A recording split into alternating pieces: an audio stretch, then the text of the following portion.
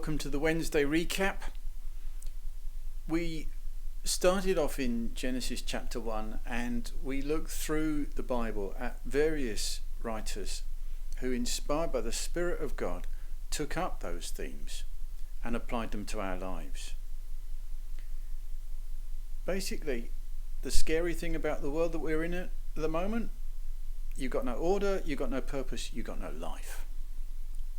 But as we see from Genesis chapter 1, God creates and he brings order to his creation, and he has purpose in what he does. Purpose for himself, and he provides purpose for all that he's made. Genesis chapter 1. And God said, any speaker speaks because they have something to share. This speaker has got plenty to share. And when a speaker of any kind reviews what they've said and thinks, that's good, you can take it that they have expressed themselves in exactly the way that they wanted to do. And day after day in creation, as we saw, God looks and sees and saw that it was good. He's achieved his purpose. Yeah, but what's our purpose? Nothing much. We're just here to be the last word in the most amazing, the greatest sentence ever spoken. That's all. There's no doubt that Genesis chapter 1 builds to this great climax with human beings made in God's image to rule for him and being blessed by him to be a blessing for him for everything else. So, I say it again, I think we are here as the last word in the greatest sentence ever spoken. Which begs the question, which you find in something like Psalm 8. Psalm 8 picks up a lot of the same materials as Genesis chapter 1, and we're meant to hear the echo, I'm sure. And it sandwiches around this great statement of, "Oh Lord, our Lord, how majestic is your name in all the earth." A kind of a question. What is man that you are mindful of him? Today, the generally accepted view of human beings is that they've been pretty much a curse on the planet. How can, in Genesis chapter 1, the Creator make them and then rest? What is he thinking of? So we turn on. And you realise from John chapter 1 that it's more like, who is he thinking of? In John chapter 1, we find Genesis 1 references again.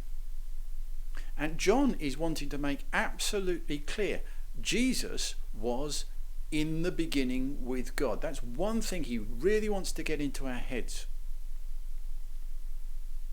This is the man, Jesus, who was always from the beginning the last word in the greatest sentence ever spoken.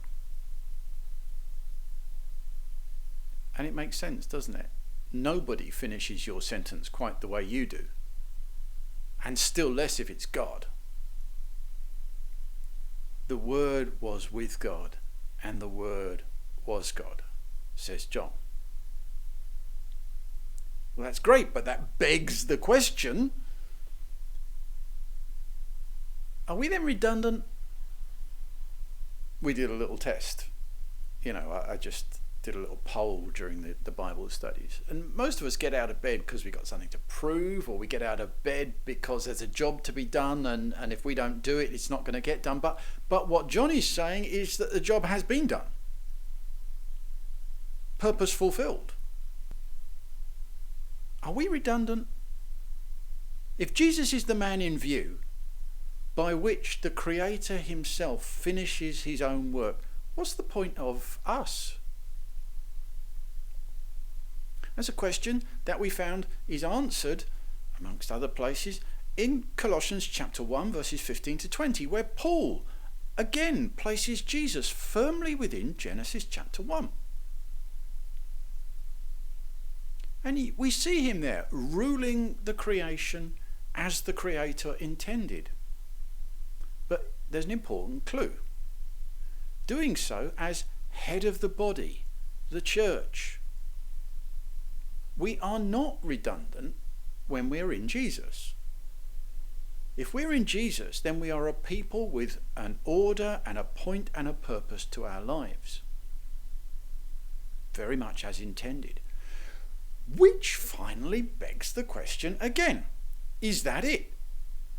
You know, if I've already become a Christian, does that mean I have now fulfilled my purpose in life? I can get on with sort of bumping up the mortgage or looking for a promotion, you know.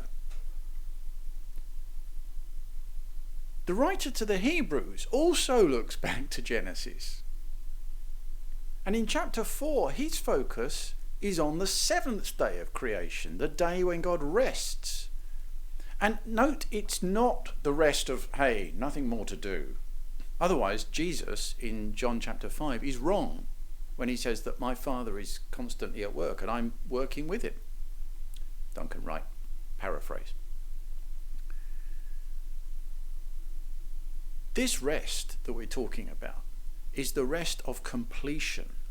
It's the rest of, that's it, finished, that's done.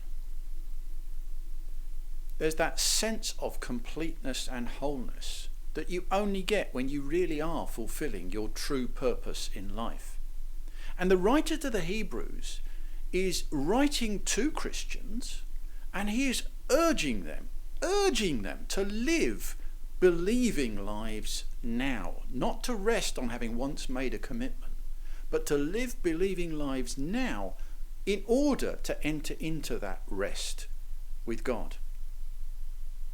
Make every effort, he says, every effort to enter into rest.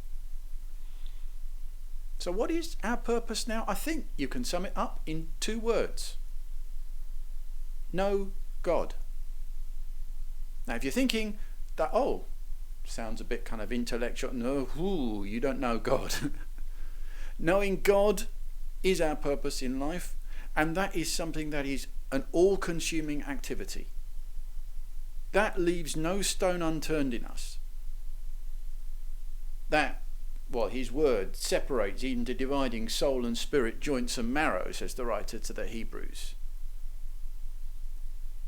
And not only does knowing God leave no stone unturned in us, and it's an activity that involves body, soul, mind, strength, heart, everything, every day, it's also an activity that leaves no part of the world around us unaffected. See you for the Friday quiz.